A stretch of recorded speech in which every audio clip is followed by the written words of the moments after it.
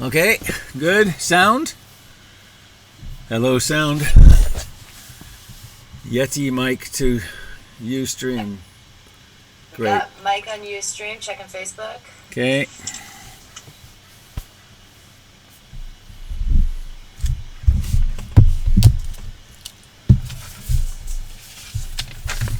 This is live to Facebook.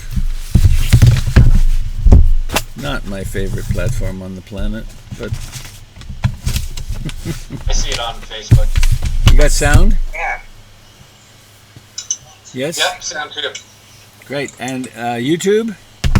Checking YouTube now. CNN? Fox? Live now.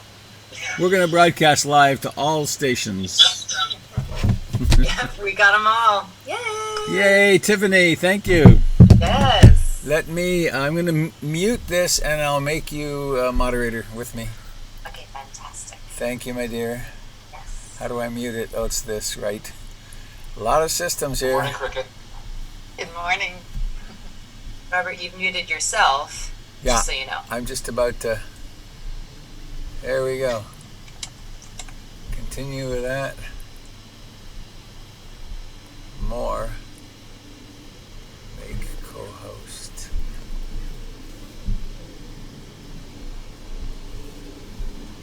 Okay, you got that, Tiffany? Good, thanks. We got 6 minutes. We're 6 minutes early.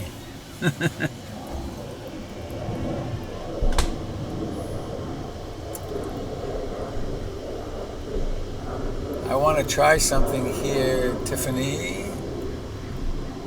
Will you tell me if it works? It should have the donation request up now. Instead, we are seeing the link to. Oh, yes, yes, it is donate. Yes, very good. All right. Thank you.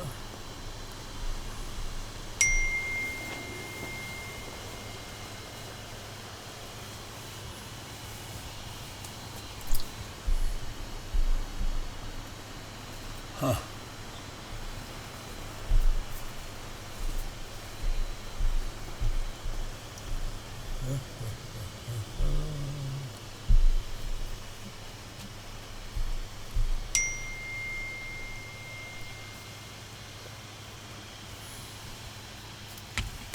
I'll be back.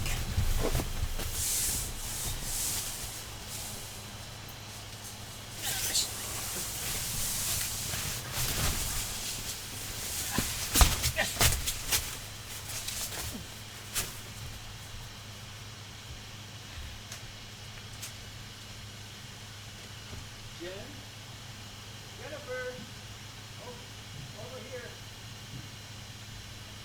I know. I'm on in moments here. Just come.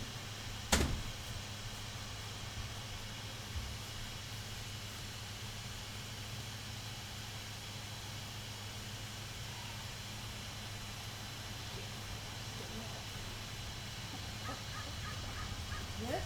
I think so. Yeah.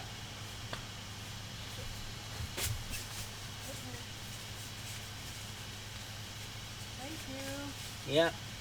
Not bad.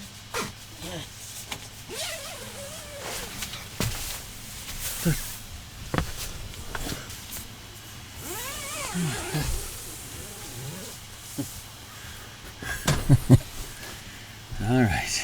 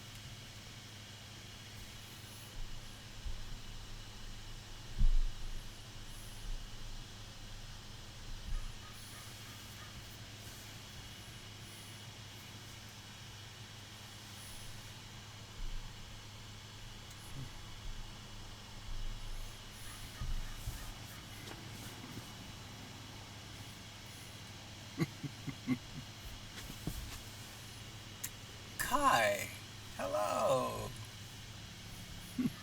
Hello on Quadra. How wonderful.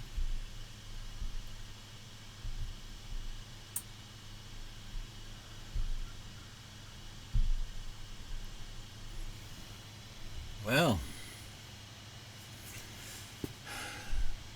1 minute till broadcast and counting. There sure is a lot of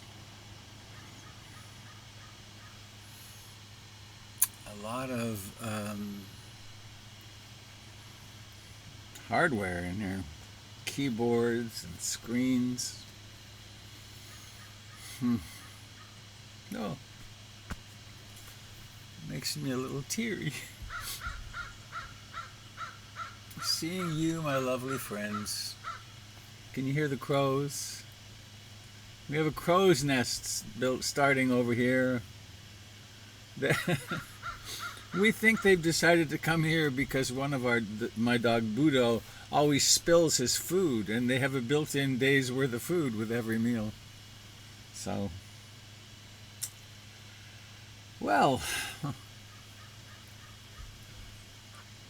makes sense to look at the cameras rather than the screens, I guess.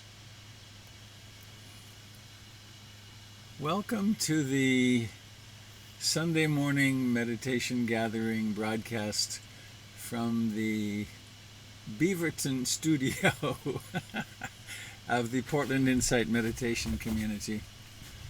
I tried broadcasting from the dining room table, and that quickly turned into marital difficulties.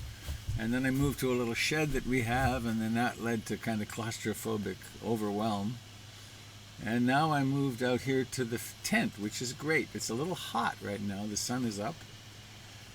But I can leave everything set up, and it's wonderful. So, hi. Where's it? One there, that's right. One of these streams, that one, is going to YouTube and Ustream and Facebook Live, Facebook. And then this other one down here is to, PIMC sign on. Oh, I see. Thank you, Pamela. Oh my, duh. Well, there. It was an extended request of generosity. Speaking of which, I want to take the moment right now while I remember. Those of you that live in Southeast, I have a favorite restaurant there, Mary's Little Flower Bakery. And Sid, Mary's husband, called me this morning just to check in and let me know that they were still in business. And it really touched me deeply that they, for takeout only, that they're an example for me of the extraordinary suffering that's going on with small businesses. That for them to be reaching out like that means they're in deep trouble.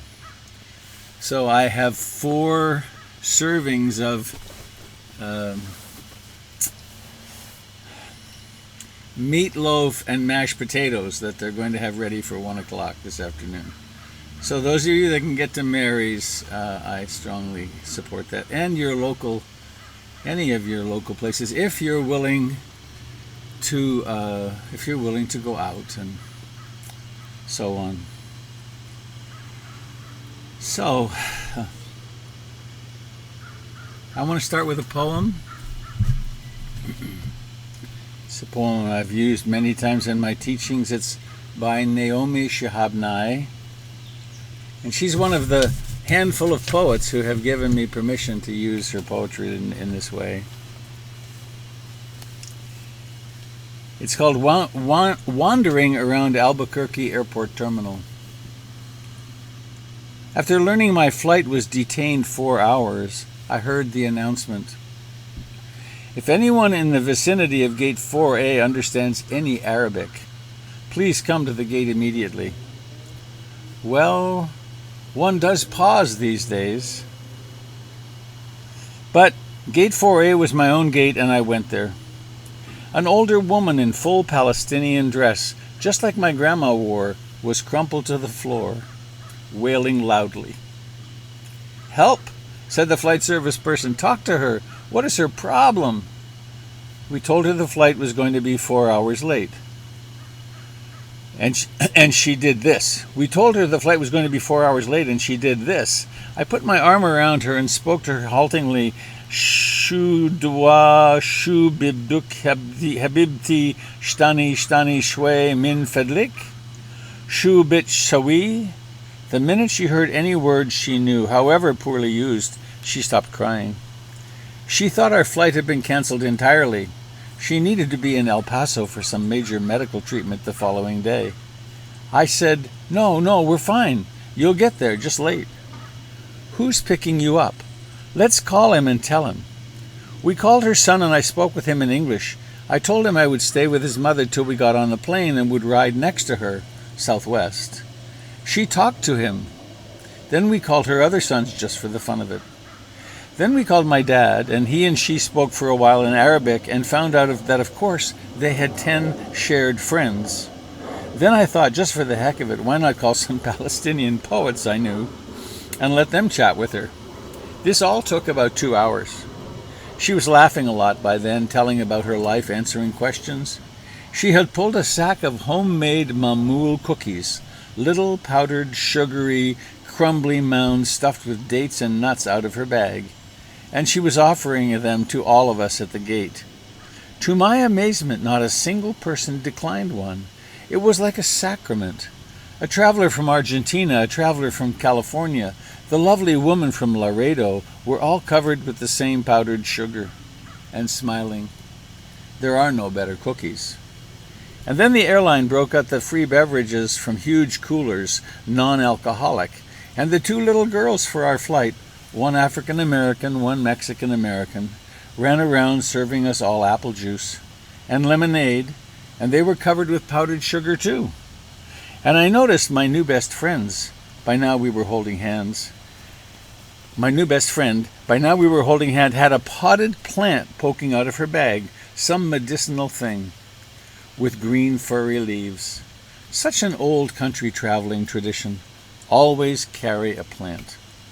Always stay rooted to somewhere. And I looked around that gate of late and weary ones and thought, this is the world I want to live in. The shared world. Not a single person in the gate, once the crying and confusion had stopped, had seemed apprehensive about any other person. They took the cookies. I wanted to hug all these people too. This can still happen anywhere. Not everything is lost. I looked around the gate of late and weary ones and thought, this is the world I want to live in. The shared world. Not a single person in this gate, once the crying and confusion stopped, had seemed apprehensive about any other person. They took the cookies. I wanted to hug all those other people too. This can still happen anywhere. Not everything is lost. So clearly, we're neither flying, nor sharing cookies, nor hugging all the people around us. But there is something happening which I think this broadcast underlines, and which there's a lot of sharing happening, a lot of caring, and a lot of new beginnings. So at this time of rather dire consequence, and while some pretty dark stuff is happening too, around greed, hatred, and ignorance, I like to remind myself of how much kindness is happening. And some of you who are not part of PIMC will have a different experience now. It's a little, oh, hang on, it's a little tight in here.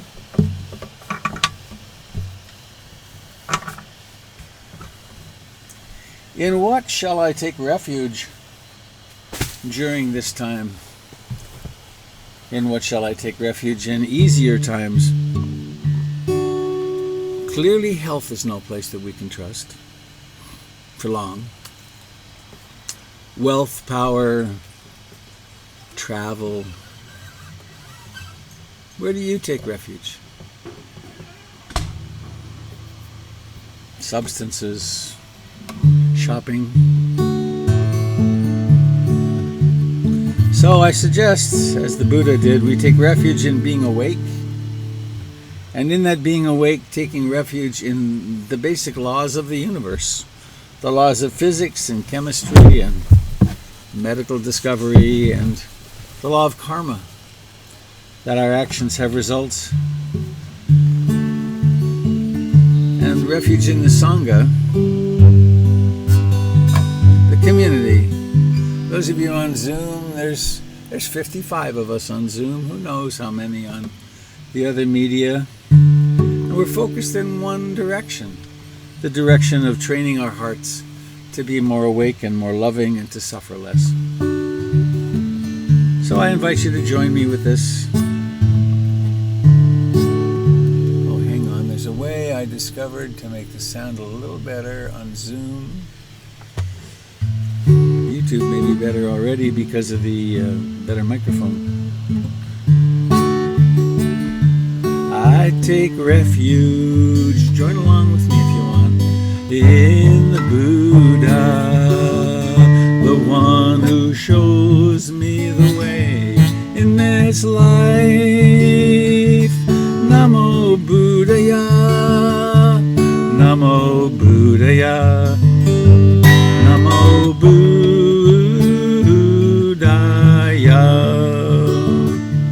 I take refuge in the Dharma, the way of understanding and love. Namo Dharmaya, Namo Dharmaya, Namo Dharmaya.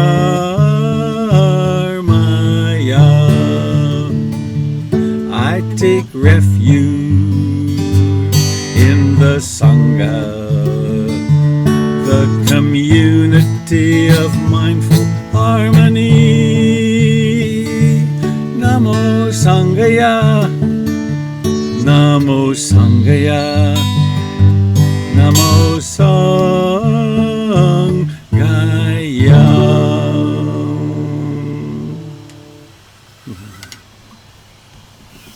I take refuge in being awake, in being that which knows what's happening. I take refuge in that which is revealed, the Dharma, and in the community of practice, and in the human community. Billions of us. There are billions of us. And imagine that this virus, this, which is also part of us, it's now creeping into, flying into, driving into small towns and villages all over the planet.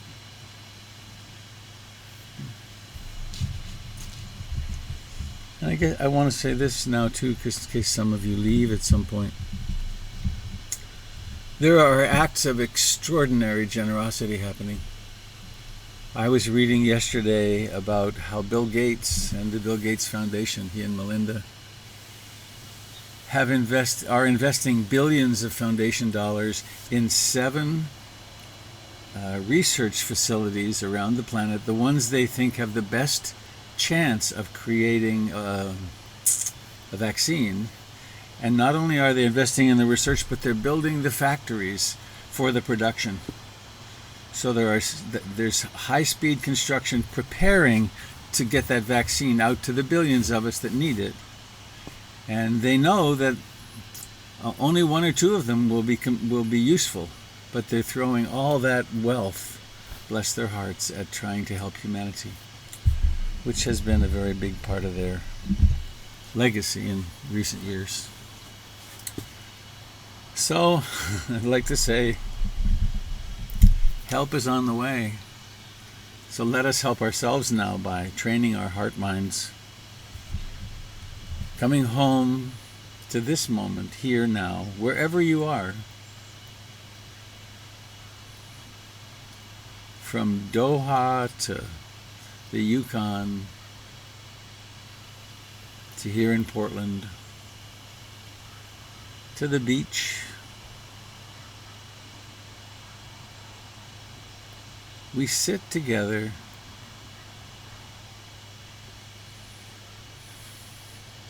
in order to awaken.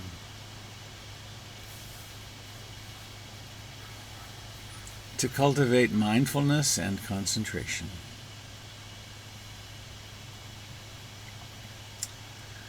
To cultivate love and compassion.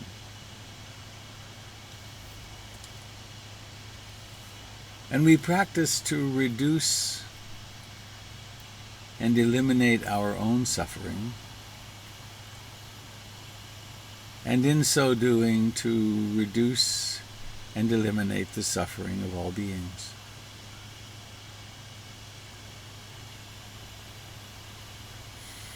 Starting with those near and dear to us.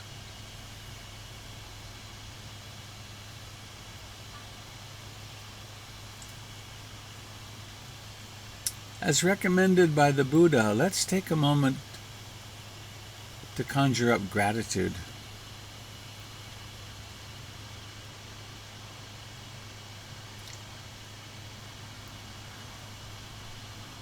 Sitting here, wherever you are.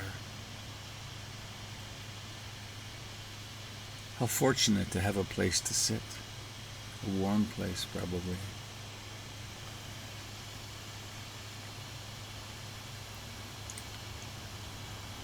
How fortunate to have been capable of getting out of bed this morning.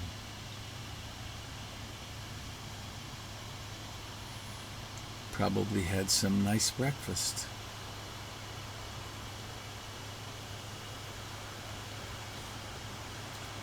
Most fortunate of all to have a place of practice and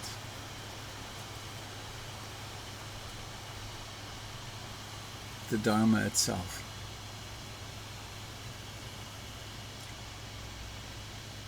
I am most grateful for Ruth Dennison, my first teacher, Goenka, several wonderful psychotherapists, Joseph Goldstein, Jack Kornfield. I have been held aloft on the shoulders of many great people. I bet the same is true for you. Remember them. Be grateful for them.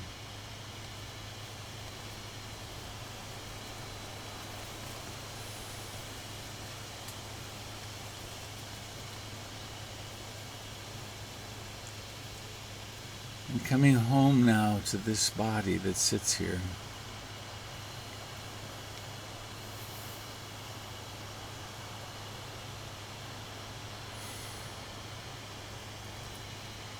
It breathes in and it breathes out.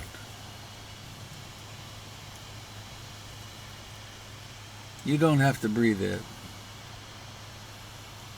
It is perfectly capable. and has been so since that first moment when your mother could no longer breathe for you. It's a test we all go through. The umbilical cord is clamped or somehow obstructed and then cut. And we must take that first gasping breath.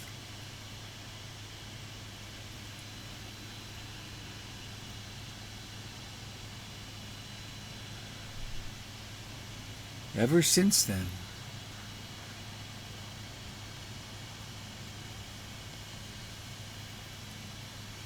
we who live at the bottom of the ocean of air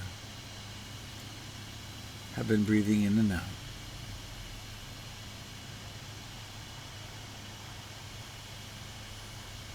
Outside my tent there are some 100-year-old Douglas fir trees.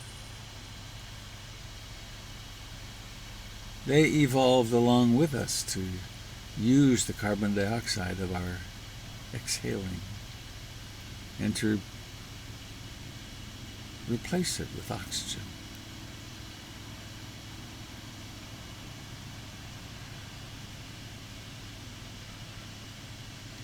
So when we say we are utterly interconnected, it's not a metaphor.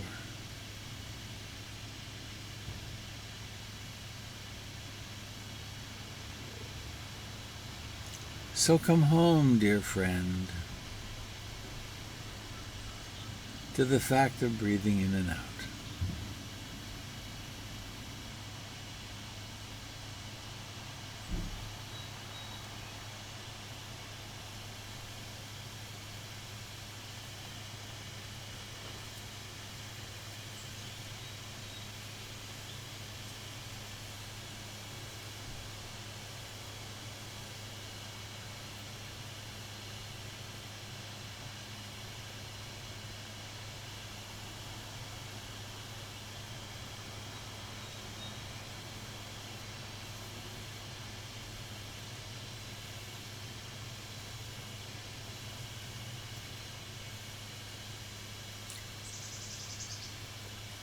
Of course, the breath exists in the context of the body. Please notice the aliveness in your feet and legs, in your hands and fingers and arms.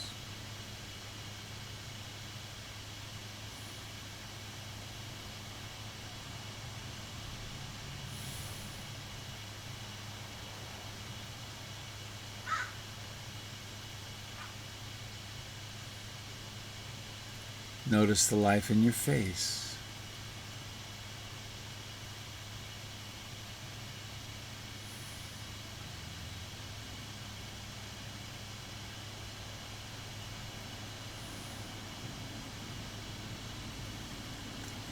And it doesn't take any discursive thought. It's not write a thesis about the sensations of the life in your face, but simply embrace them. Recognize them as, quote, you,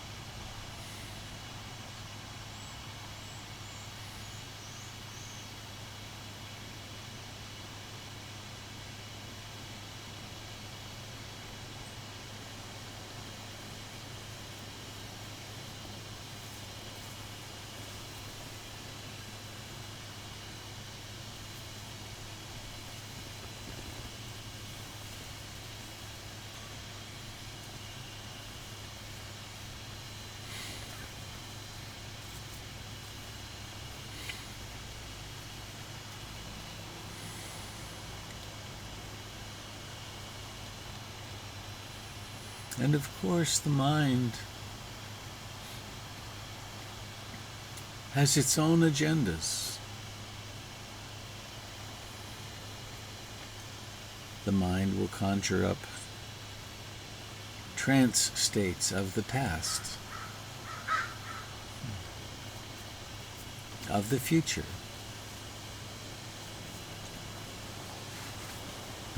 It can create things to worry about.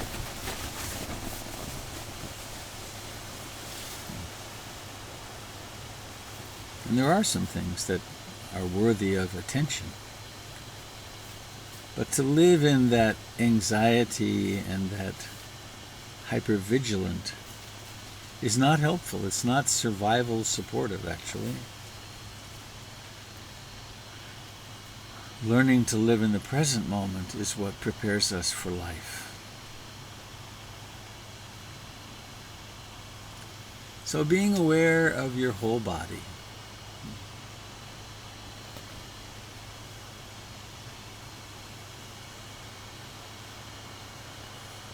It's alive, isn't it? It's nothing but life.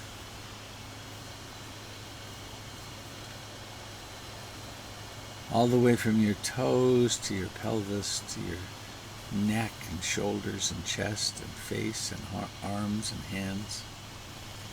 It's all just alive. Why not abide here in it? Why not develop the capacity of concentration and presence in the breath so that you have this great pleasure available to you at any time?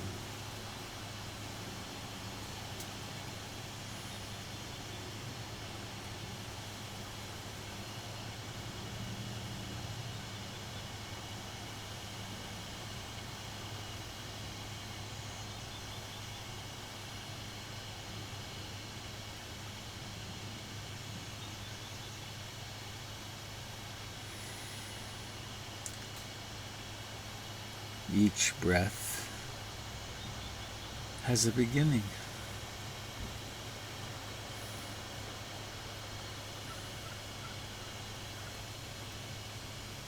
As we pay attention and abide in the present, the breath comes not as a shock, but sort of surprisingly. It isn't there, and then it is.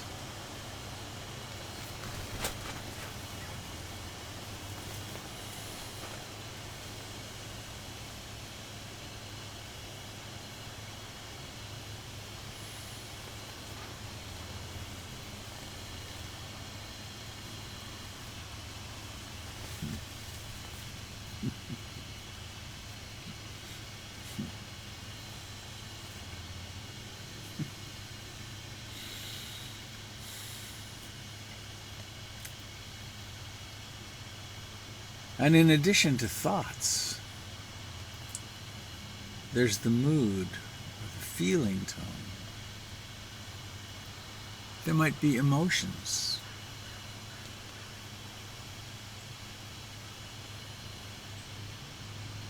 For some of us, this is already a very difficult time.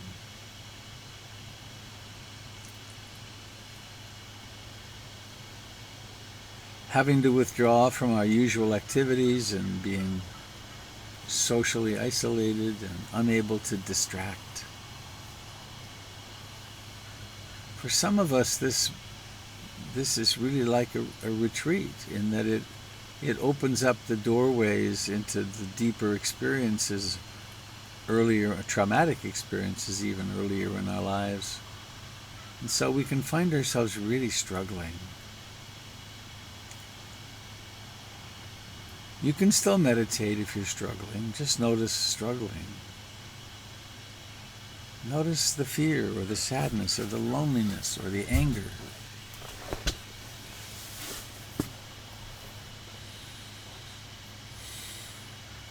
Come home to now.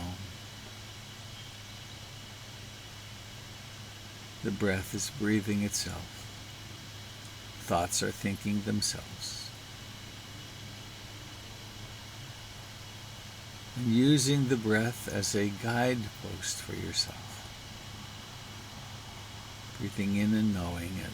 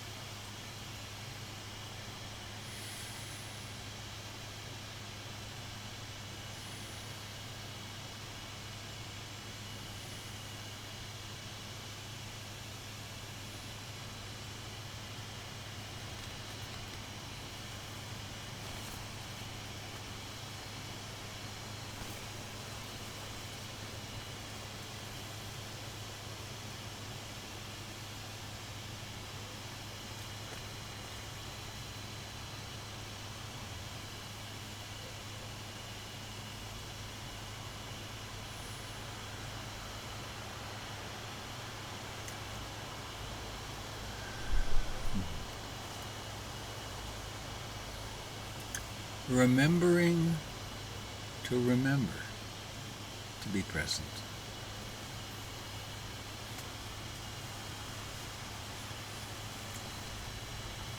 There's a certain quality of resolve or intention, persistence. Not just resolve and persistent about getting to your meditation spot, but when we're here, actually not just daydreaming, also not getting uptight and striving too hard, but finding that middle path between too tight and too loose, too slack, too hard. Where it's clear, I really intend to be awake primarily. And then, as long as it's needed, I intend to use the breath as my talisman, my home base, my primary training object.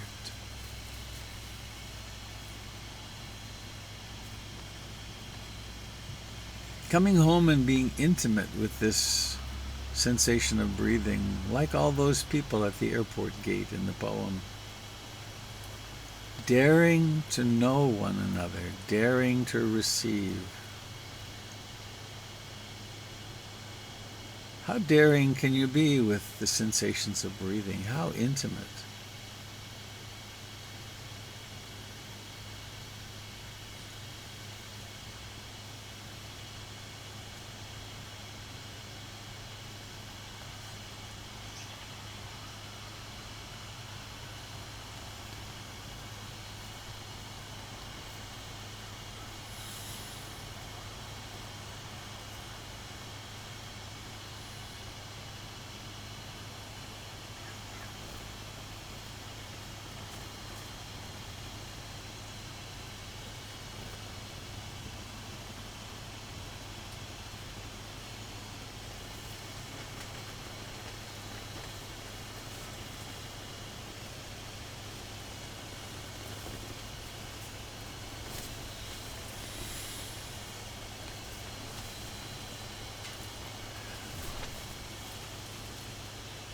Sometimes, and this is particularly true at the beginning, sometimes it's quite a lot of work to meditate. It takes effort. Over time, as we develop the enlightenment factors, mindfulness, curiosity, persistence, energy, joy, concentration, tranquility, and equanimity, the practice changes from one of subtle, loving, compassionate effort into great ease. So just sit here in presence and watch whatever arises, following its own natural laws.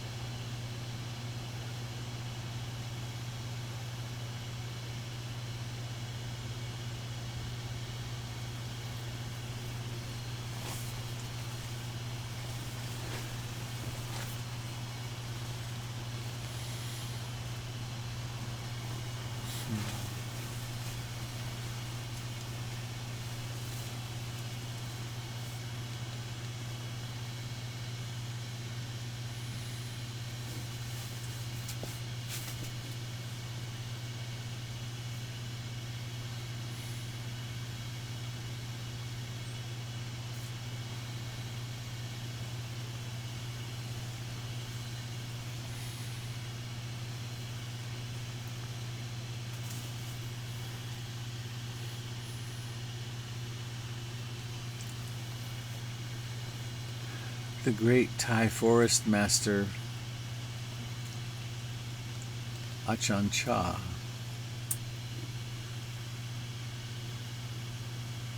is reported to have taught a very simple method which is guaranteed to bring your practice into balance at any moment. And it's the fact of remembering, perhaps to say to yourself, this moment is like this. It's like this. Maybe the mind is sleepy. Maybe it's full of desire or lust or aversion or disliking. Maybe it's very restless, agitated, worried somehow, remorseful. Maybe it's colored by doubt. Is this the best thing I could be? Couldn't I be doing something more useful right now?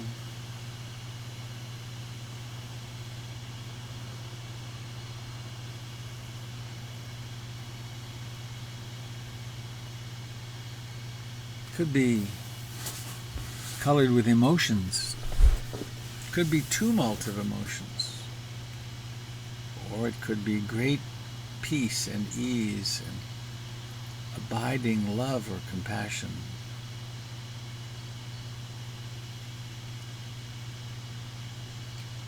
For awakening, in a way, it doesn't matter what's here. It's the willingness to be in love, meaning there's room for everything, and to accept things right now. It's like this. Right now, it's like this.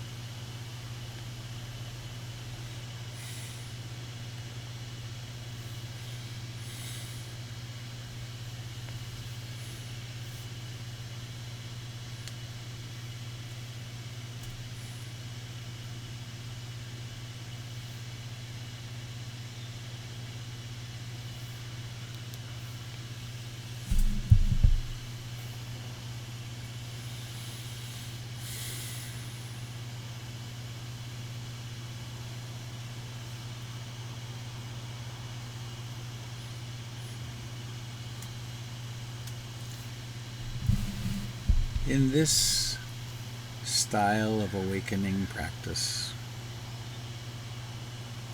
there really are no distractions.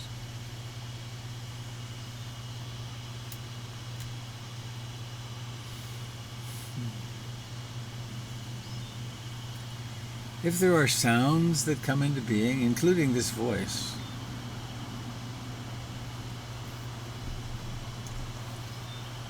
you can just notice them as sounds.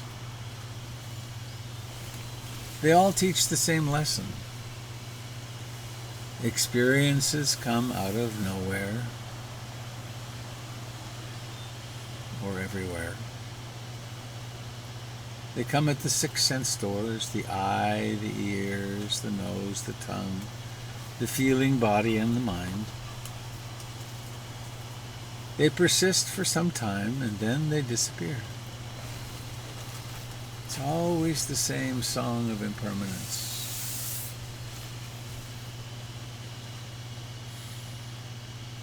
And there is this utterly mysterious capacity of knowing it.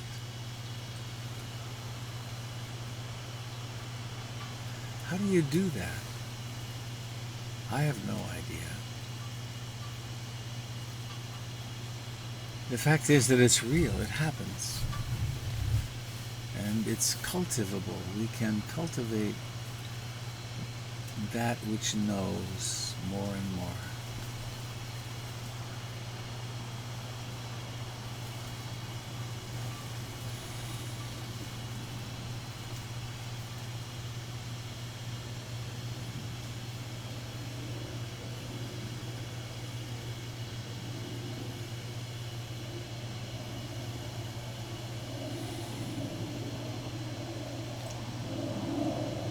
Please now become, I wonder what you can hear of that. There's a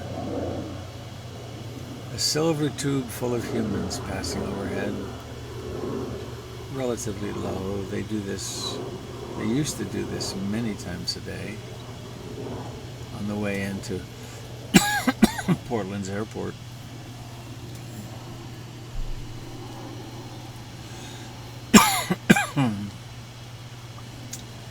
But right now, please plop into your body.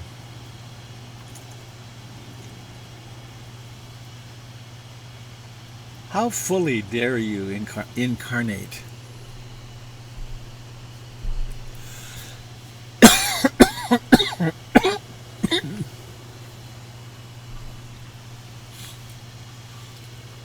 Feeling the life in your hands and your feet. And notice perhaps that you don't feel hands. You feel sensations, a cloud of sensations in that place in the universe that you demarcate as my hands. Long description for something very simple.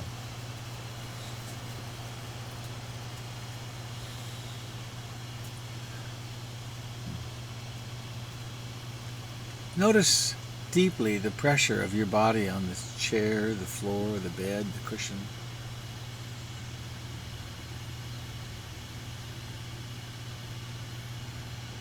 Notice the life in your face.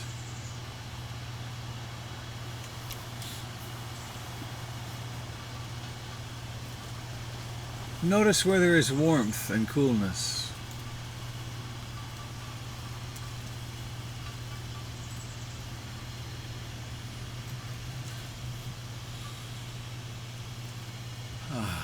And now, bring aliveness into your head and neck. And begin to explore a little movement of your neck and head.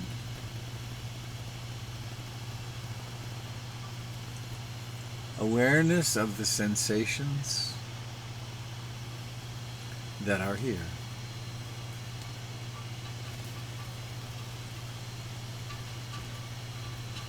Let your head go to the left and right and the front and back, and then diagonally.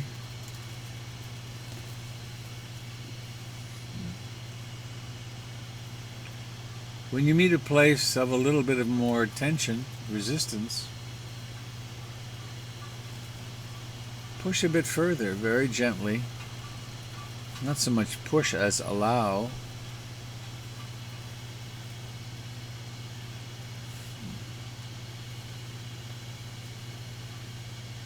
And then if your head can tolerate it, and your body can tolerate it, let your head roll around the back.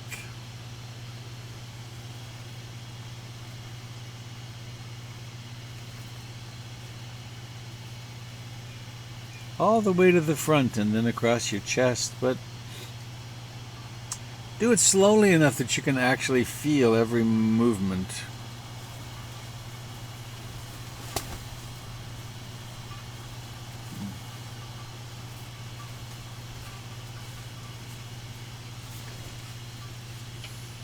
When the mind wanders, come back to this rolling of the head,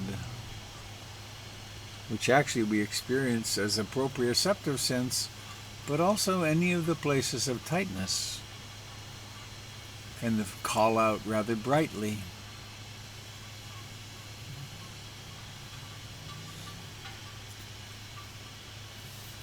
And many people have a rather narrow view of what meditation is, so they think, well, now I'm not meditating. That's very unfortunate, because if we meditated for, let's say, an hour a day, formal meditation, that leaves 23 other hours during which there's no emphasis on being present. So letting this head slowly move,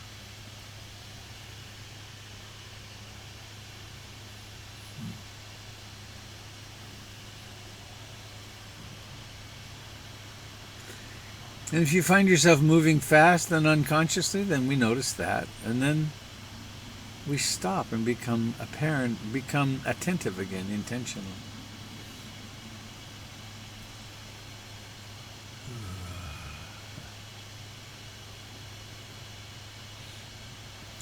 And now, if you'd like, let your whole upper body become involved, and you can bend to the right and bend to the left, and Notice how much life there is. It's nothing but life, actually. You might like to twist a little bit.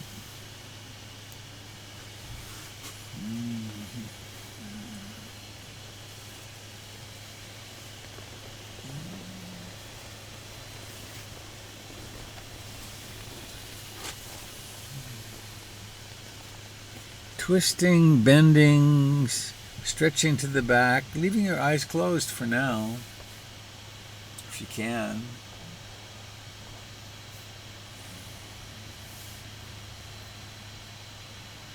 Present here in this body.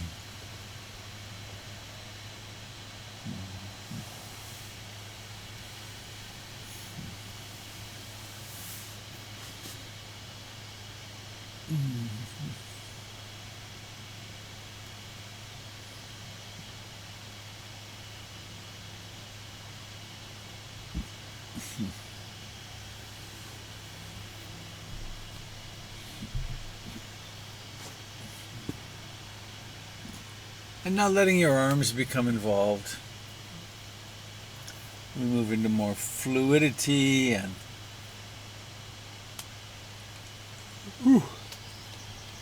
let there be expression. I frequently will think to myself to try to move in some way I've never moved before. I know when I've gone to modern dance presentations, they figure out such interesting ways to move and put it together.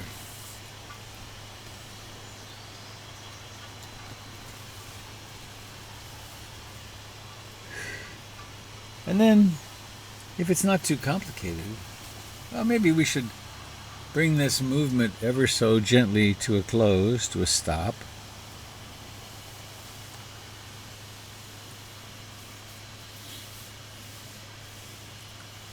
And then becoming aware of the eyes.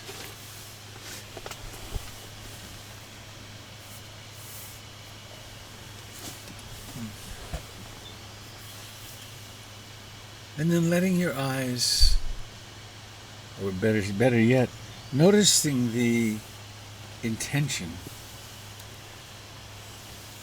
to open the eyes, and then mindfully peeling back the eyelids so that seeing happens. Seeing. Ah, yes.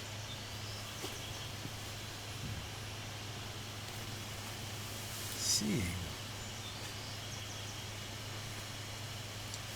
I'm finding myself rather hot in the tent.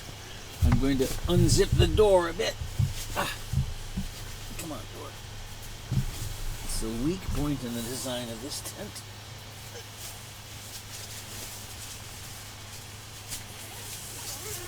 Ah, there you go. Much better. Whew. Once again, thank you so much for joining me this morning. I see some familiar faces from this broadcasting from the tent. It happens every morning at 7. And each night of the week, Monday, Tuesday, Wednesday, Thursday, teachers from PIMC do a similar thing in their own strategies or style of teaching. You can find that information if you go to portlandinsight.org. You can also get there robertbeatty.com and link over. If you go to portlandinsight.org and then scroll down, you'll see a link that takes you to all of the various offerings. You'll find another link which will take you to the donation basket, to the Donna Bowl.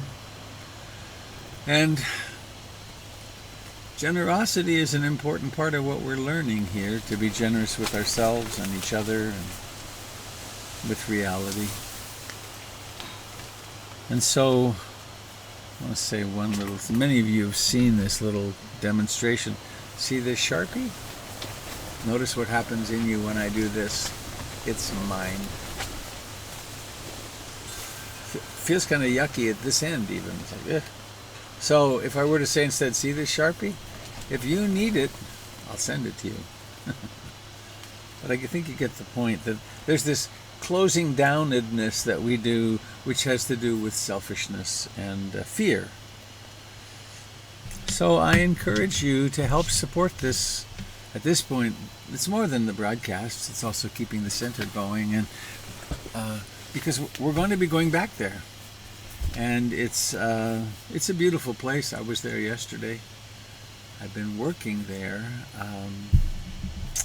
partly just to show people that there are people in the building, but also it's nice and quiet, and I always walk through the building to see everything's okay, and so far it's just fine. So our home is coming back to something. For those of you on YouTube, I can give you a nice picture here, I think. There it is. There's our front step. Beautiful landscaping. And then there's another link you can go to, portlandinsight.org/giving. So, back to here.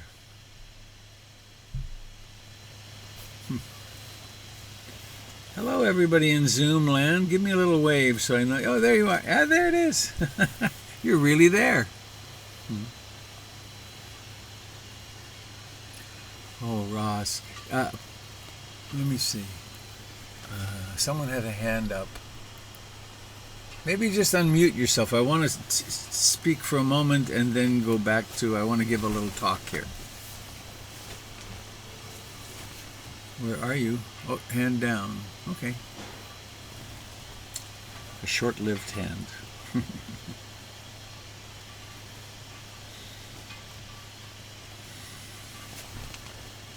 It really is different speaking into a camera.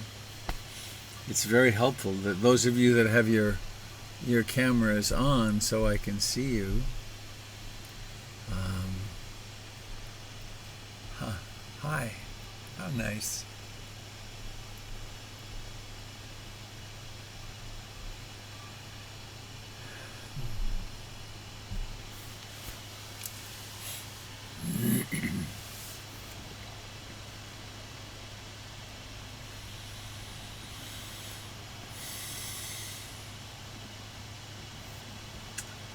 have something I'd like to. Oh, goodness. I think that I'm going to try to adjust this camera. The wind is pushing on the back part of the camera that goes. Ooh, it's hot. Goodness. Let me tighten this. I was laughing during the meditation because the wind was blowing and the camera going to Facebook and so on was moving back and forth. So I think it's maybe I'm back in the center of the screen. So back to my notion of what I wanted to speak of today. It's not a particularly popular topic in Buddhist teachings, though one does hear it sometimes. It's cultivating the psycho-emotional capacity of renunciation. And it occurs within a context in that it's one of the factors of the second element of the Eightfold Path. For some of you, this would be just gobbledygook for a moment, but maybe I can do this. Even back further. Have you ever been lost in the woods? I have. When you're lost, particularly if it's long and cold, and when you find a path, it's really a relief. Because paths go somewhere. Sometimes you can go the wrong direction on it, but paths go somewhere. And when I discovered the Eightfold Path of the Buddha in India in 1971, it was a real discovery. It was like a lifeline thrown to me that there was something I could do, a whole training of heart and mind and thinking and behavior that would lead somewhere. And the somewhere is in the direction of being like the Buddha, of being awake and loving and kind and suffering less and less. So the Eightfold Path has these 8 elements. The first one is skillful or wise view or understanding.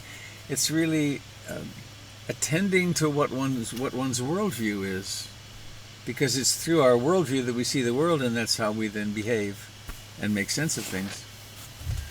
And then there's wise or skillful intention or thought. How is it that I want to live my life? How shall I behave? What can guide me? And then there's skillful speech. How to speak in ways that don't cause a mess and cause community to function well. And then there's skillful action, which is where the precepts come in. And then skillful livelihood, having a livelihood that actually is supportive of oneself and of life.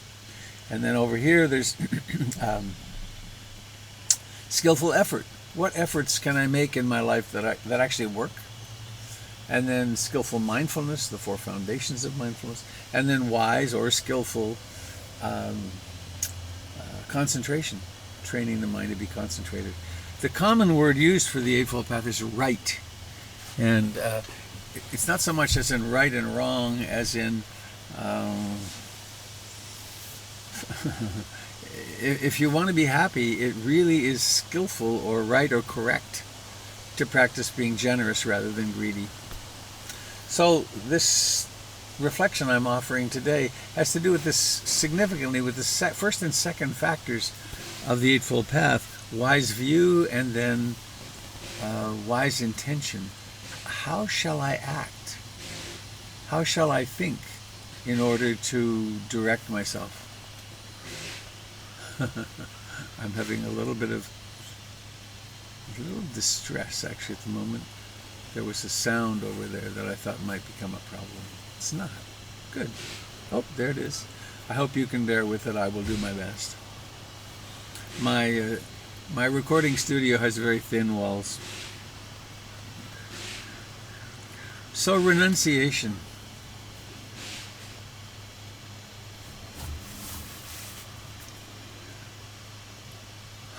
Why would we give up any pleasures? Why not just go for as much pleasure as we can?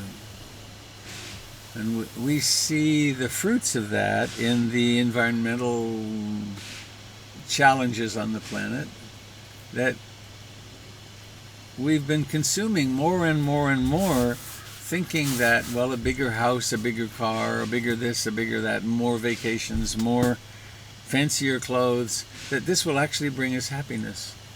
And it hasn't seemed to help, has it? So I read a little article on this recently on renunciation, thinking of this talk, and he starts it off by saying, we practice renunciation to give up lesser pleasures for higher pleasures. And it's the I'd like to make you a deal that you'd be crazy to pass up, to refuse. You've got a bag of candy. I'd like to offer you enduring happiness, a heart full of compassion and love, and it's like a deal. I got a bag of gold and you've got a bag of candy. I'll trade you. And of course we then would trade. So we've all been trained, and it's intrinsic in our human mammalian nature. We've been trained to go for pleasure. This whole thing with sugar, when we didn't have sugar available like we do now, we didn't crave it the same way we do. I'm remembering, Jesus, how long is it? 45 years ago, when I went trekking in Nepal for the first time. We'd pass through villages, and little children would be there. They'd be saying, "Chini, chini, chini," which is sugar. Would you give us sugar? The second time I went, which was 1979, they said, "Pen, pen. Do you have a pen?" So we're conditioned to move toward pleasure. That noise is an irritant to me. You may not even hear it. I hope not.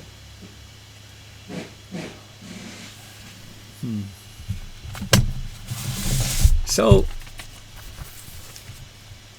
if we really want to be happy in a world like ours, we have to make some intelligent choices of what would we sacrifice and what wouldn't we.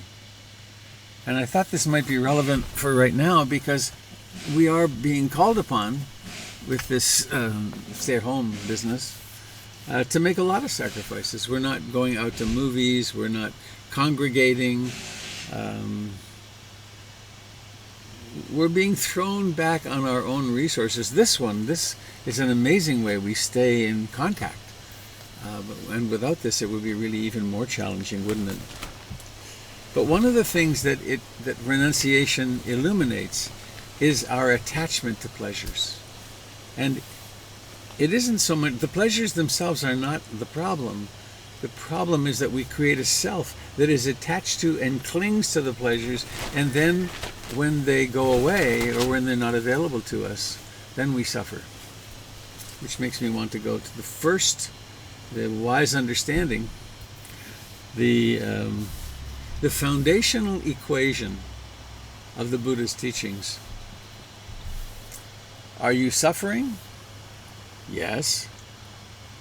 There's something you're attached to. There's some way you're demanding that the world be different, and that equals suffering. So attachment equals suffering.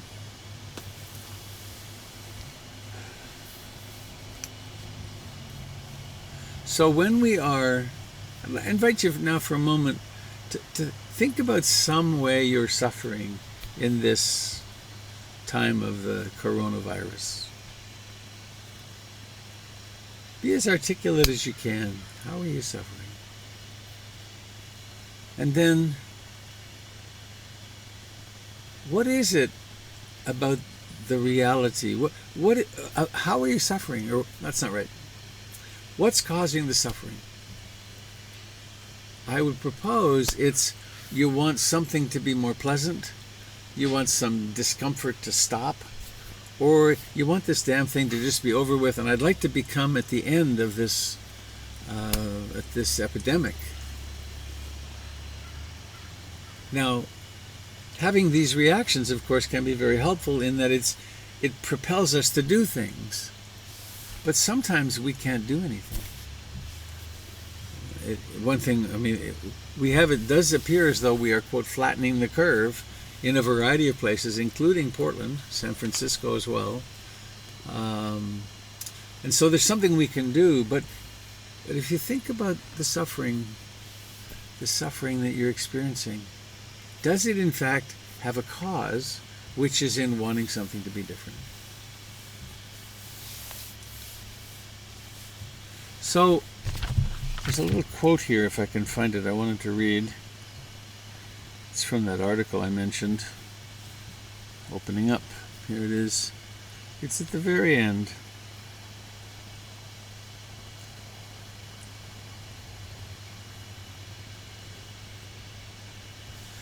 The question remains, how does a strategy of skillful intentional renunciation and skillful indulgence translate into everyday practice?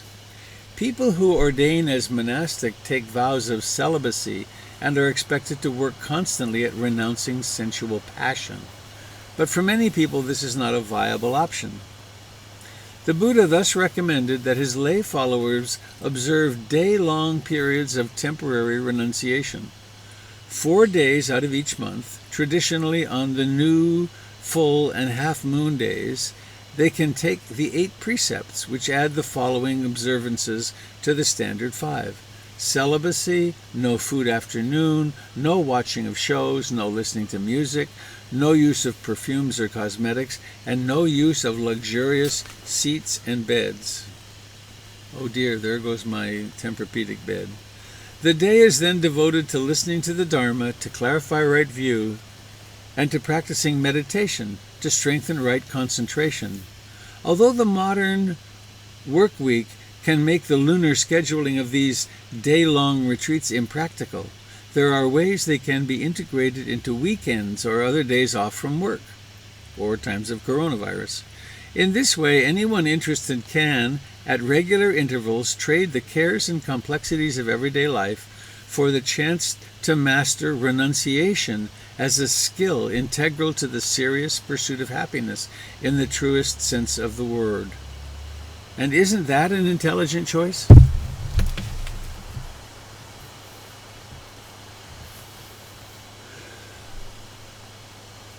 So I found myself saying in various contexts, a lot here on Zoom,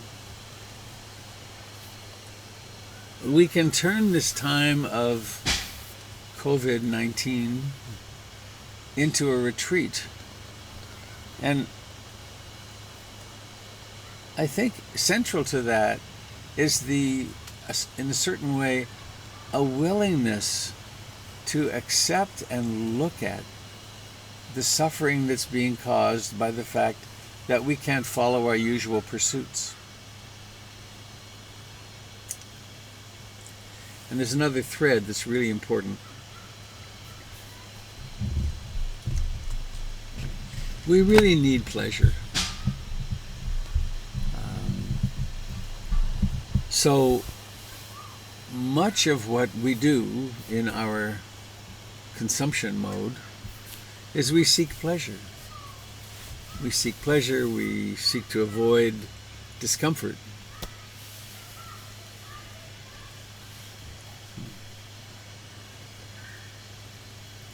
In our human quest for pleasure, if we're not really attentive, the greed factor of the mind gets very stimulated, and our pleasures are never satisfying. So we wind up getting more, wanting bigger, faster, cheesier, tastier. And one of the downsides of this is that there are some limitations on the resources of the earth. And so our very desires for pleasure wind up infringing upon the rights of others, the accessibility of others. Sometimes it's not obvious that this is happening, but it certainly is true. So we provoke in ourselves the forces of greed, hatred, and ignorance. We're not paying attention to what's happening. And these can get stronger and stronger, and they do. So when it comes to then making an experiment in renunciation, we miss our pleasure. Where's my pleasure? I want it. And one huge thing is, my life is not the way I want it. I will seek the pleasure of some substance, or I will seek the pleasure of the TV, or I will seek some distraction. So there's a very important substitution, which is the pleasure of meditation. And for most people, meditation doesn't start out so pleasureful, though it can come rather quickly. The pleasure of relief from identification with anxiety and depression and body pain and so on, that's a relatively early development, at least the beginnings of that. And there's a pleasure in concentration, that when I'm sitting here and meditating and the mind is being assailed by thoughts and emotions and so on, responsibilities, worries, it isn't very pleasant. But then with 10,000, I don't know how many it is, but with returning to the breathing and maybe adding a mantra, may I be happy, may all beings be happy, maybe adding beads, developing concentration such that we suppress the hindrances, we suppress the wandering mind, and then there's just here, and then meditation starts shifting from, well, now I'm going to do my 20 minutes, and oh, there's the bell, good, I'm done. It shifts into, oh, I get to go sit for an hour, or I get to go sit for half an hour, or maybe during this period of COVID, maybe 2 or 3 times a day I will stop, turn off the TV, turn off the news, and come home to just be with my breathing and to let go of it all. To be here with my breathing and let go of the fears that I have for my child who lives in New York City, or to let go of my sense of responsibility for the catastrophe that's happening in various places in the world. To actually land here and have here be really sufficient. And this is the foundation, that's the foundation of mindfulness stress reduction. And it's also rooted in insight, in the capacity of insight, because when I notice the thoughts that are agitating me, when I can notice them as thoughts and go, well, thank you, thoughts, and just come here into the breath. And it doesn't mean we don't act responsibly in the world. It means that we are able to actually really find the pleasure of meditation. And the pleasure of meditation then leads us to more wanting to meditate, more wanting to be in that great ease. So I think that maybe essence is, this is a perfect time to really be spending time in your practice. And as I've said for years, even before COVID times, I believe the most kind thing you can do, we can do for the world, the most generous thing is to do our meditation, and therefore to become, as we go through the world in our different ways, that we become a source of quiet and kindness.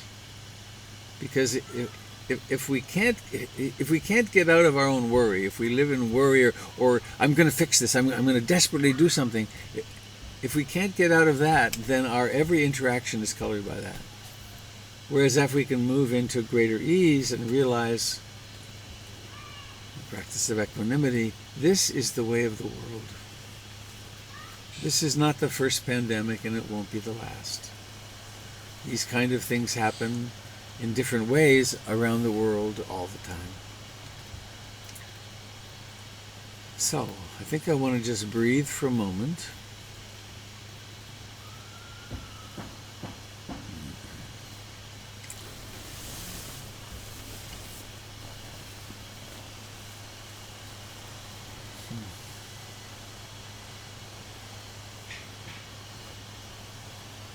I invite you to do the same. Just be here right now. This is not a bad moment. In fact, right here, it's a very sweet moment. It's warm.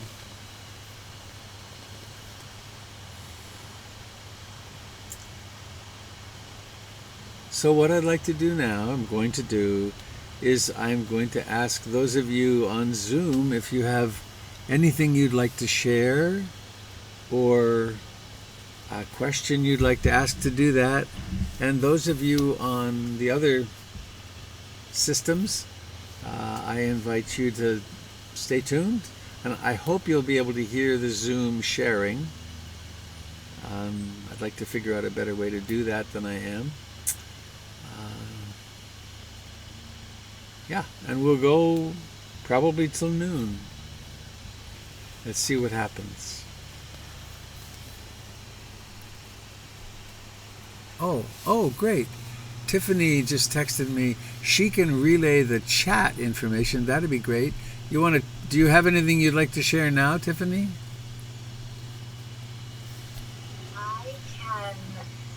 I can share anything that Facebook or YouTube folks share. I have not yet found the chat on Ustream. So those two areas I can share. Oh, okay. I see. That's good. I think I'm going to try to stay focused on those who are putting a hand up in Zoom. Perfect. Well, let's see if you can hear them. If you can hear the Zoom people. Oh, Dave from our AV team, Ustream chat has been absent for the past couple of weeks. Not sure if they shut it off or what. Oh, okay. Thanks, Dave. Good to know.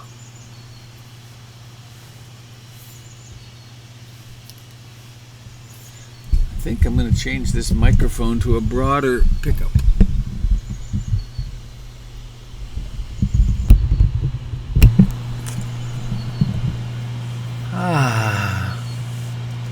So, Zoomers, anything to say about renunciation?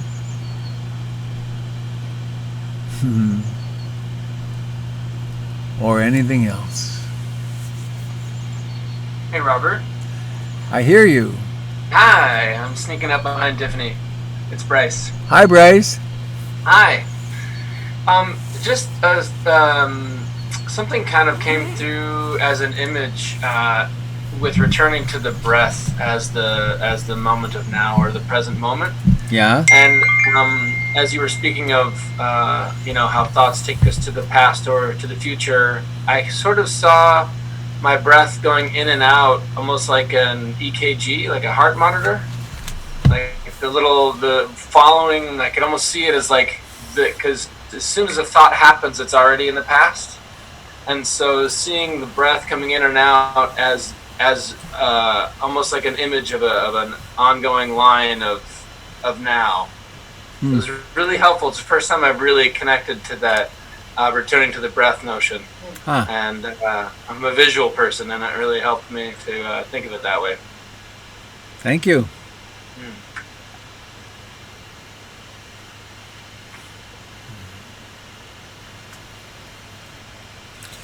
Danielle, please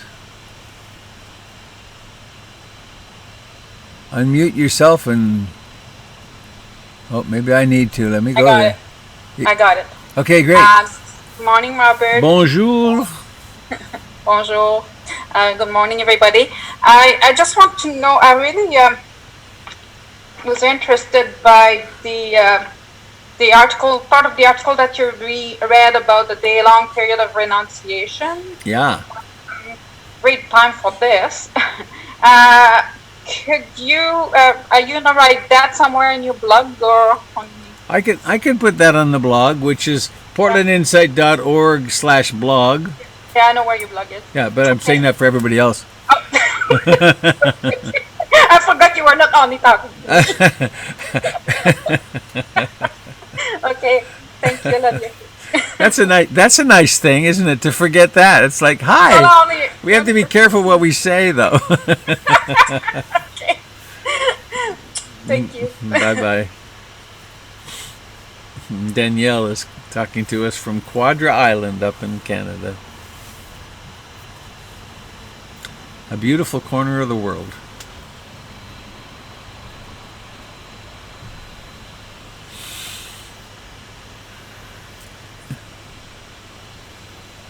Hey, Robert. Danny, there you are. Yes, hi. Talking the same time as Gary. Hi, Gary. Go ahead, Danny. No, you go, Gary. This is very Portland. No, please, you. No. You were first, really. Well, okay. As somebody that's in sobriety, somebody that I've suffered from addiction from drugs and alcohol, and the fifth precept specifically, renunciation from consuming any intoxicants that lead to heedlessness. For me and so many of my other fellow people that have suffered from addiction, that's a life or death kind of decision. Through all the years of my sobriety, I've seen people fall away and relapse on drugs, or they go out and do whatever their thing was before, and they die. There's, especially with the opioid crisis here in America, there's people that have been sober for a while and then they relapse and they use once and they get fentanyl and they die. And I've had to bury so many people through the years, and that it's really sneaky. When we renounce something for a while and then we get to that point like, oh no, I got this. This is okay. I don't need to put the effort. I don't need to practice as much as I did before. I got this.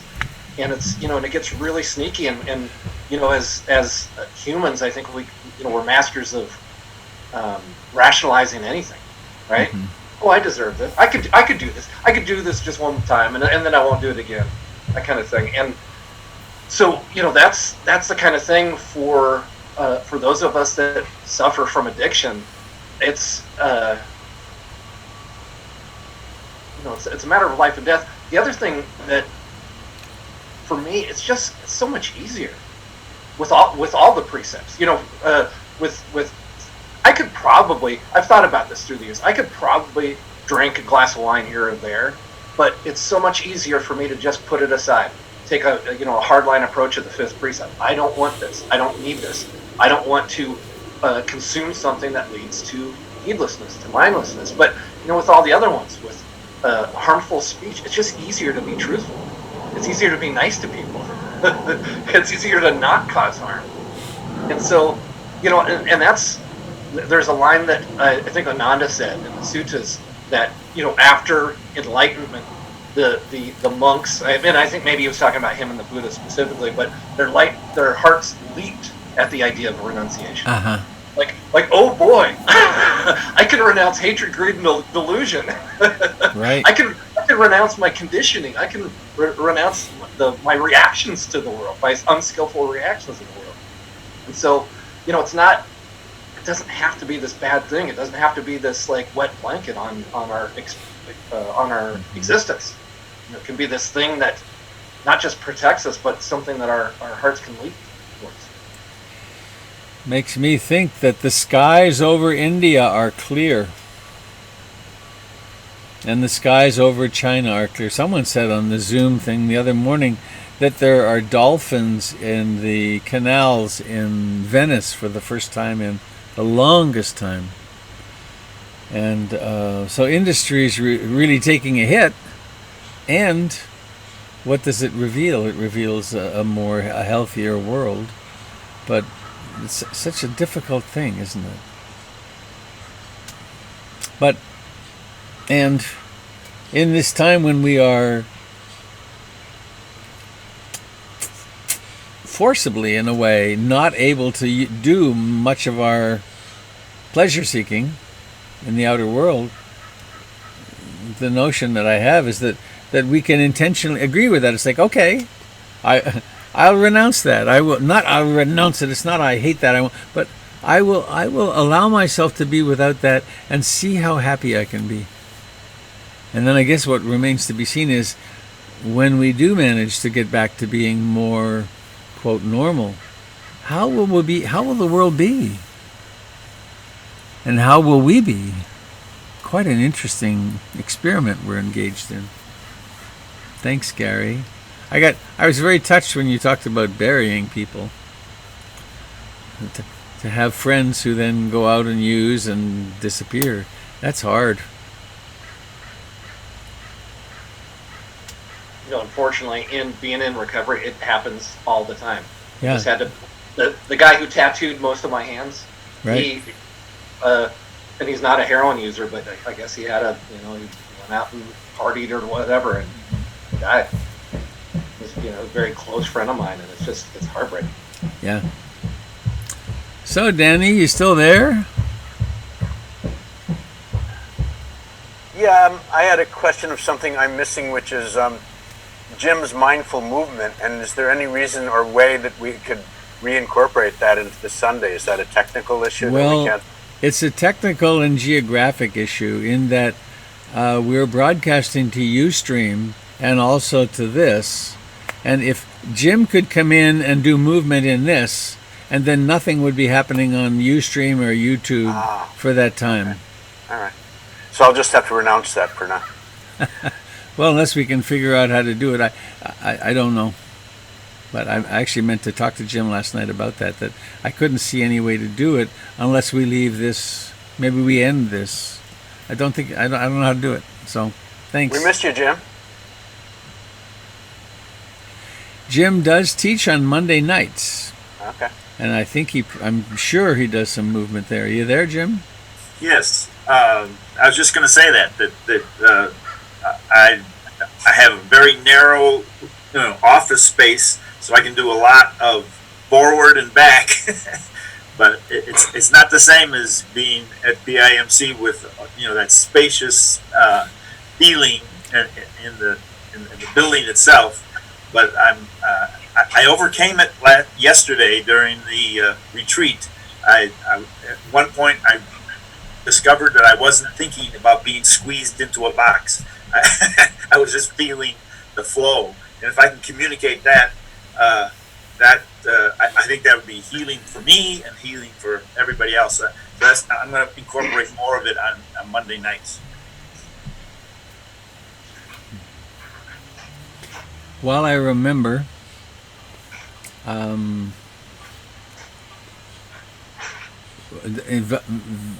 by way of announcements, please go and look on the portlandinsight.org website for the list of events that are coming. We have classes coming. I'm doing a class on the Dhammapada, the teachings of the Buddha in very beautiful little short poetic form. Richard Lang is going to zoom in from England fairly early in April, and Doyle is doing a nonviolent communication training, and that's all right there on the website. I encourage you to go, and if you're not on the listserv, the announcement listserv or constant contact list, please go to the website and put yourself on that, because that will then get you the stream of information that is useful. Thank Robert? you, Jim. Yes, I hear. Cricket, hi. Well, I was just thinking back to Jim's mindful movement. Is it possible to broadcast both from your tent and also from PIMC? And if so, would it be possible some Sunday for Jim to go over to PIMC and do some mindful movement from there as a part of the Sunday morning broadcast? We could do that, and I'm willing to do that. And what it means is disassembling everything here and moving. But I'm quite willing to do that. It's particularly I got it set up here because I'm doing this 7 days a week. And I was thinking maybe it was possible to do both, but you would have to move from one to the other, so it's not set up at both. Right. The cameras are here, and okay. Yeah, but well, it was an interesting thought. I'm willing to do it. It's not a big deal. Thank you. Anybody else out there about renunciation?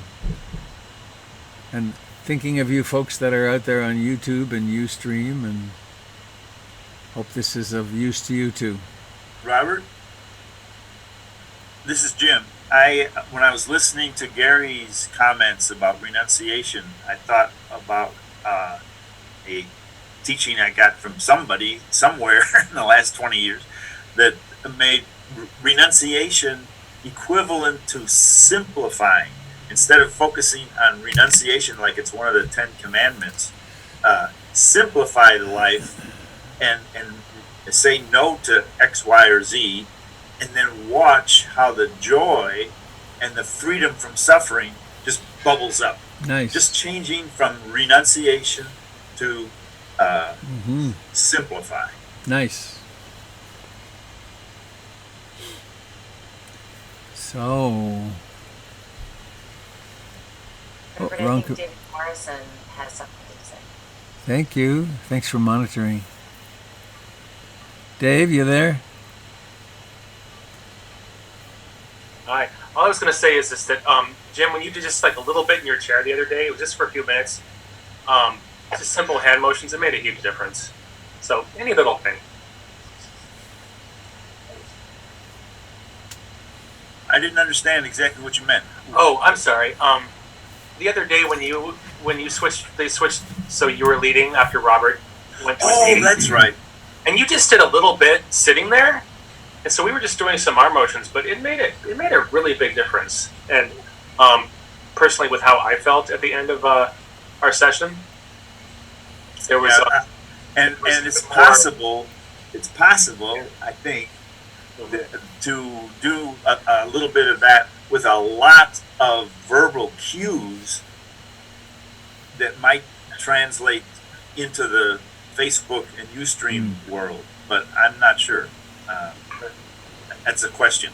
But I found in some of my Tai Chi classes that the Zoom framework is only effective when there's a lot of verbal cues instead of mirroring me. You know, you can't see everything I'm doing, so I have to be real specific about what I'm doing. Right. I'm practicing. I'm getting better. And different people can do better off visual cues or verbal cues. Right.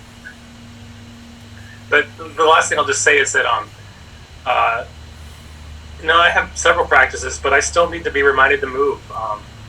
And I could remind myself to move, but I get distracted by, all the terrible news and everything. So, the tiniest bit of it is a blessing. So Jim is doing this right now. I invite you on all the various media, mindful of this way and that way, and then reaching up and reaching back and reaching up. And here we are, synchronized across all these different platforms. So thank you. And anybody else want to share anything about renunciation? Or about what's going on with you in isolation? This is a way of meeting however we need to meet.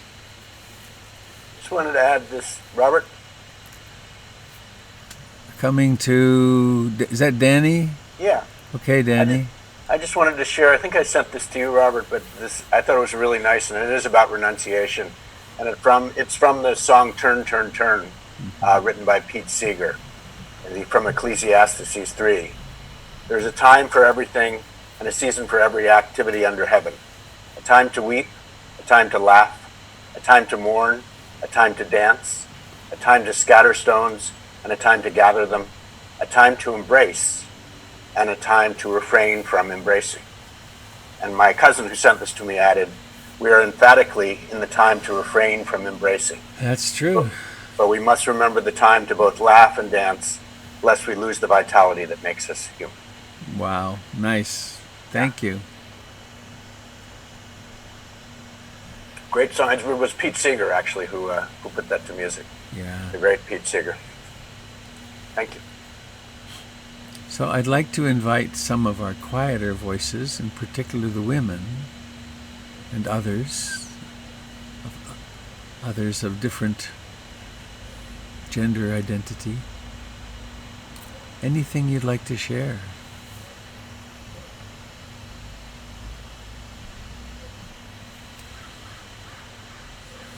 And it's okay to have a little quiet. Robert, can you hear me? I hear someone. Emily. Hello, Emily. Hi, hello. Hi, everyone. There you are. I'm here. I would say that not necessarily on the topic of renunciation, although I guess it's all related, but I've taken the isolation to an extreme, I would say, perhaps, in terms of not even seeing people from a safe distance, people that I know and love. And so I realized that that was something that I could safely do, that would probably do a lot for my mental health and feelings of isolation, because I do live alone without pets or anything. And so I did that yesterday, and I saw a friend and then saw my sister and nephew from a far distance. And I don't know, just wanted to remind anyone who may be experiencing that it did a lot for my spirits to see people in physical space from a safe distance that knew me. Because this week I had the sensation of like becoming invisible or like dissolving in some way. And so just that like physical mirroring from a safe distance did a lot for that feeling of still being here and there being another side to the, you know, there is something beyond this. And yeah, so just wanted to offer that for anyone who needed to hear that that was a possibility. I just hadn't even thought it was a possibility. So thank you for that. And right now I see you, and a lot of other people are seeing you. It doesn't replace the need to be seen. We construct our sense of self through interaction with others. The self is a social construct in many ways. And so that notion of meeting safely is really a beauty. Thank you.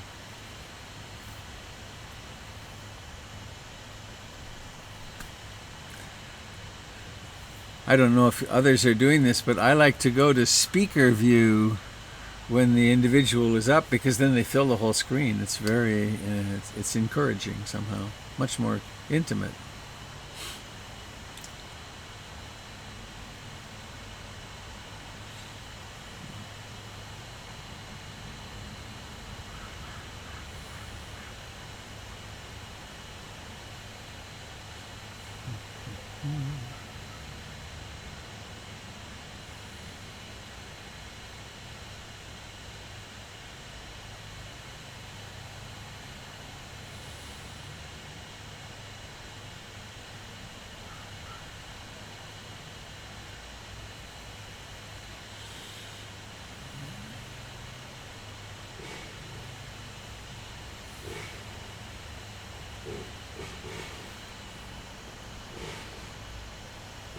Peter.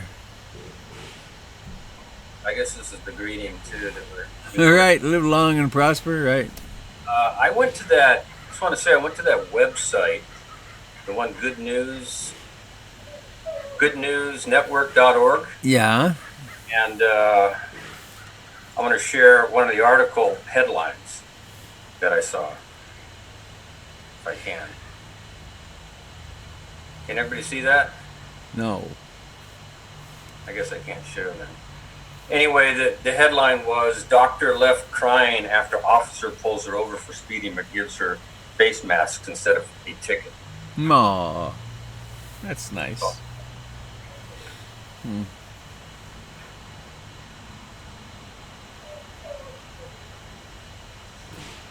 I have a favorite old Dalai Lama quote. I've had it for decades, which is that acts of kindness and generosity are so common throughout the world. They so outnumber acts of harm and greed and hatred that in order to keep us convinced that the world is a dangerous place, the media must focus on all the bad stuff. Because the way people rise, when people have an opportunity to help, the way that we arise and do so is really remarkable. It's harder in this time when we can't be with each other. But clearly we're finding some ways like this. Hi, this is Karen. Hi, Karen. Hello. Well, when we also met with our son and his girlfriend yesterday for just over like a beer in a park kind of situation apart. But on the way over, I was just noticing, like looking up at houses, and people have like put stuffed animals in their windows, hearts, and I'm just looking at so much love present on our drive over, and just in what we saw. There was a guy that I think he was a homeless guy, kind of walked through where we were, and he's like, he had a big jug of Purell. Hey, you guys want some Purell? You know, just offering what he had. Which there's a lot of beauty out there. Thank you. That's very touching.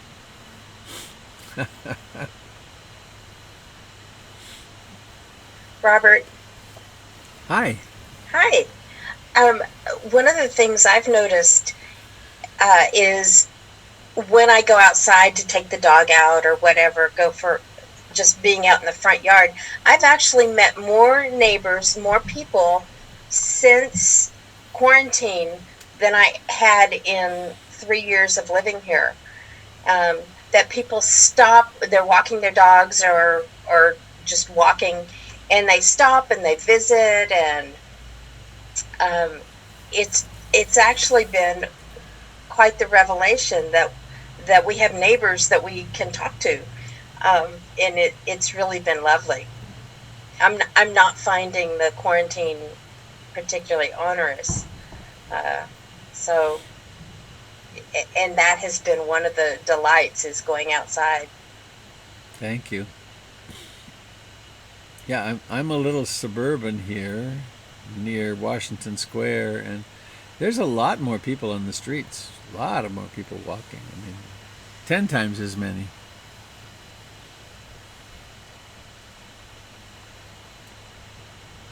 Robert, this is Cricket. The other day on the NPR, I heard something that I thought was interesting. The person was saying that this is a time for physical distancing, but it's a time that we really need a lot of socialization. We just need to keep our physical distance. Yeah. Makes sense to me. Here we are.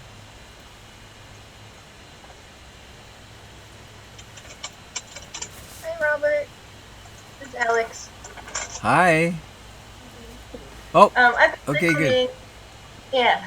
I've been listening, laying down and stretching and whatnot. I wanted to bring it back to renunciation and my experience with this whole social distancing and slowing down, and the good and the bad that comes from it, or the pleasant and unpleasant, but that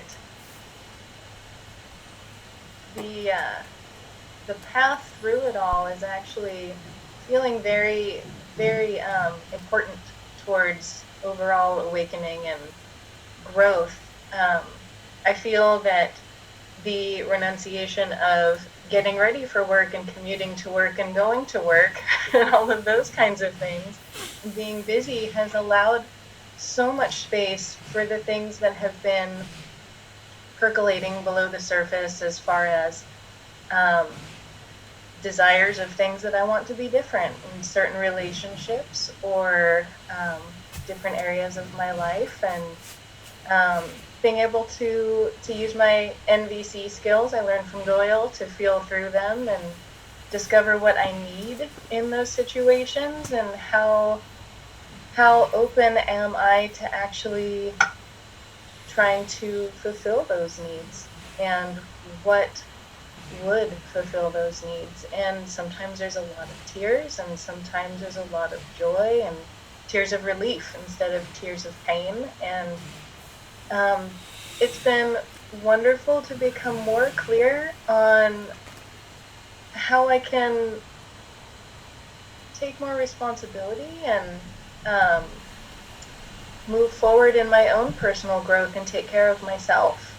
And in doing so, taking care of others and making the world a better place and a ripple effect, I hope. Yeah, it's been a more enhanced journey, an emotional journey, and I just thought that'd be relevant to share as far as renunciation goes. Yeah. Welcoming that space that it brings. So the fruits of renunciation have been very apparent to you rather quickly. Yeah. Yeah, even the parts that are painful, there's definitely fruit to harvest from it. Yeah. Thank you. I notice you have a stuffed animal. Yeah, I have a very sore shoulder these days, and this is a heat pack that put in the microwave. It's a stuffed animal heat pack? Yeah. I see. Oh. Got rice. I see. And it's okay for the panda, huh? It doesn't harm him. It's joking. Just joking. Does no harm. Good. Anybody else as we move on? Tiffany. Can you hear me? I can. Oh, there you are, Tiffany. Yes. Yeah. So something on renunciation for me is so yesterday. This past week, I have become aware of a higher level of stress due to there being a higher demand from my work. And so I'm spending more time in front of a computer working. And then in order to connect with folks, I also need to be in front of a computer. So I started to become present to a level of stress that was feeling heavy for me. And yesterday, another teacher of mine reminded me that I have the capability to release the heaviness, though I don't have a choice right now around how much I have to do. In some cases, that I can work with how I'm responding, and I can choose to, in this way, renounce the heaviness that the experiences I'm having right now are weighing on me. So it's a form of renunciation I hadn't considered before, and is something that I'm sitting with currently.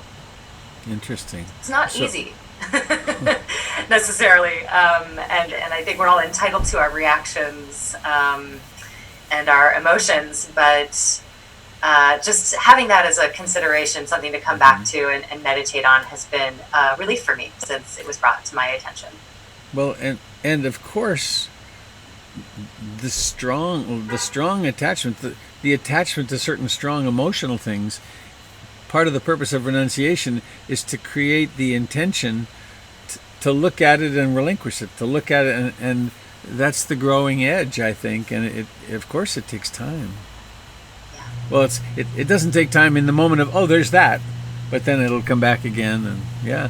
Well, I want to thank you even more for helping get the broadcast thing together, because at a time when you were slammed with work, you did mention work a little bit, but I was making a lot of requests of you, and I thank you. Oh, it was my absolute pleasure. So, yeah.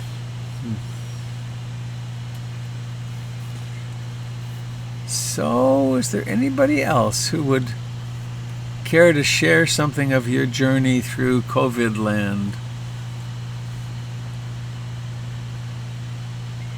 Hi, my name is Yoli, and I'm new to all of this. And I've been wanting to go to the center, and one of the things that I am grateful for is that we're doing this via Zoom, because otherwise it would be a while before I was able to participate. So I am a doctor, and I am also feeling a very social person, so it's been very difficult to socially isolate. We're bringing less people into the office. I'm a hospice doctor. And I struggle with the fact that some of our facilities are full of patients with COVID. There's one facility in particular has 29 positive patients. Wow. And we have been unable to get masks.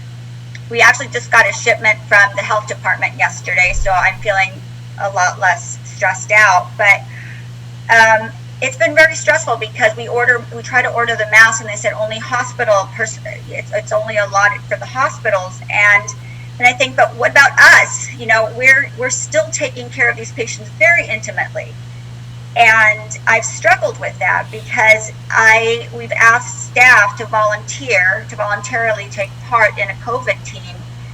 and how can I keep them safe without the proper equipment? So I've really struggled with that. And then yet I see people walking around, yesterday in particular, with an N95 mask, and we can't get N95 masks. And so it's a tough time because my team looks to me for the answers, and I honestly don't have all the answers. It's a day by day, and I just have to focus on the priority of keeping everybody safe and hope that I'm doing that. I just got a news from one of our nurses that he just got his COVID results back and he's positive. So, so it's just a very difficult time. So, before you go, one of our community members is creating masks. They're a pretty darn sophisticated mask. If you will send me your email address, I will connect you with her. And also, I'll also post to the listserv, and it's on my website, on my blog. It's KB. KB is making these very sophisticated masks.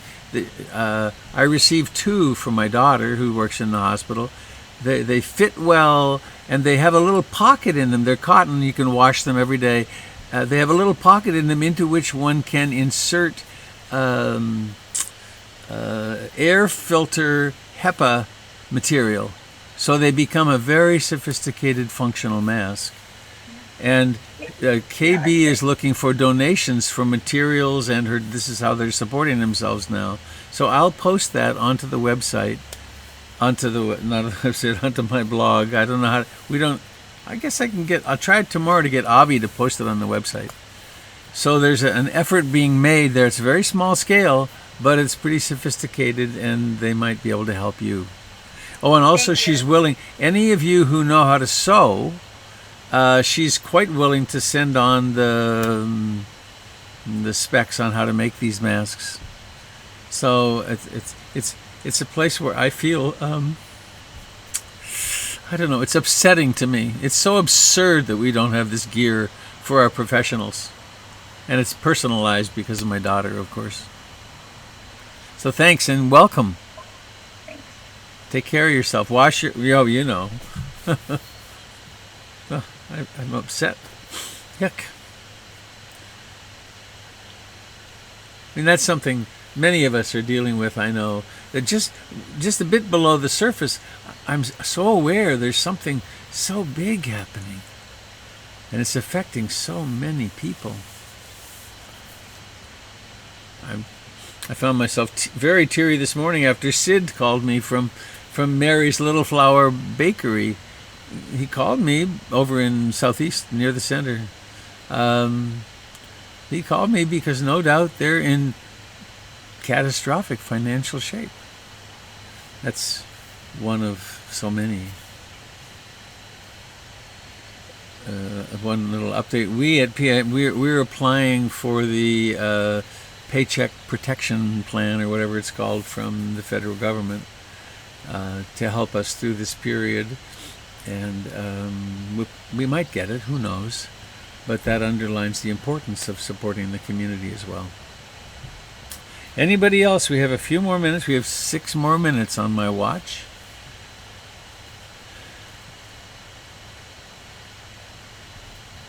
My name's Elizabeth. Hello, Elizabeth. Hi. I'm dropping in from California. You are? Just sort of becoming aware that this is available. And it's so wonderful to see all your faces. Mm-hmm. And feel like I'm part of a community of Dharma practitioners. And I imagine that I'll find similar things closer to home. But it's been a really lovely experience this morning. Thank you. Where in California are you? I'm in Lake County. It's about 2 hours north of the San Francisco Bay Area. Right. So, of course, Spirit Rock is a hotbed in Marin, and there's lots of offshoots from that you could investigate. May you stay healthy. Thank you. Really, I identified with Emily, who said she was alone, and I wondered when you said, part of the way we construct our sense of self is from interactions with other people, and I think about hermits that go off and meditate for years in solitary. Is that beneficial?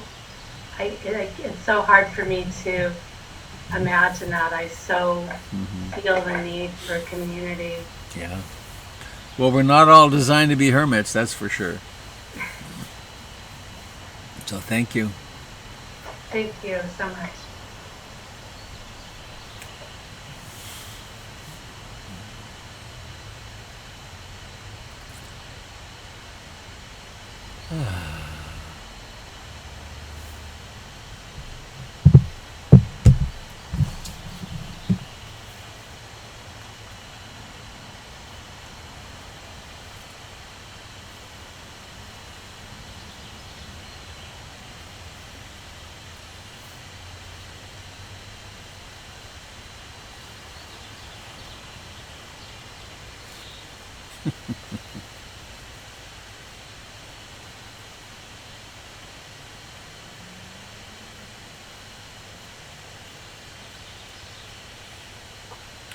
Hey, Robert? Yes. Vic here?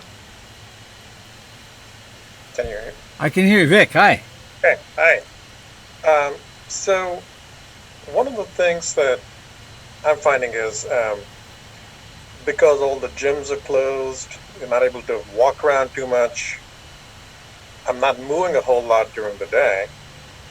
So, I try to see if I can go for a run, perhaps late in the evening, around 8 p.m., 8:30 p.m. And even then, I'm finding that there's some people walking around. And so when I see people on the sidewalk close to me, I cross the street so I can give them the social distance. And one part of me is a little kind of guilty, saying, am I being antisocial here? And am I giving them the impression that I'm being unfriendly? And so it's an interesting struggle to say, I wish I could telepathically tell them, I like you guys. I don't dislike you, but I'm just trying to go around because of the social distance. Why don't you try saying it? I bet they'd love it. Yeah. I know the next time I'm going out, I'm going to wear a mask and I'm going to put a big smile on it and point at it. Yeah. Yeah. So, I think I want to read this William Stafford poem before we part. Being a person. Be a person here, stand by the river. Invoke the owls, invoke winter, then spring. Let any season that wants to come here make its own call. After that sound goes away, wait. A slow bubble rises through the earth and begins to include sky, stars, all space, even the outracing, expanding thought. Come back and hear the little sound again. Suddenly, this dream you are having matches everyone's dream, and the result is the world. If a different call came, there wouldn't be any world, or you, or the river, or the owls calling. How you stand here is important. How you listen for the next things to happen. How you breathe. Suddenly, this dream you are having matches everyone's dream, and the result is the world. If a different call came, there wouldn't be any world, or you, or the river, or the owls calling. How you sit here is important. How you listen for the next things to happen. How you breathe.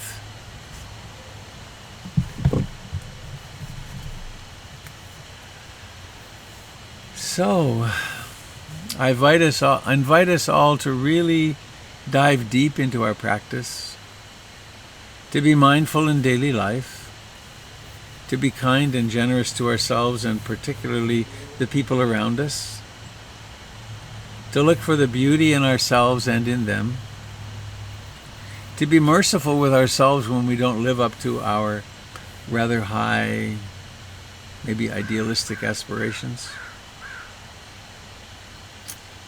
And I invite you to join me tomorrow morning, 7 o'clock. It's a different link from this one. Thank you, Gary, for finding me lost this morning. And then again, I'll be back here next Sunday.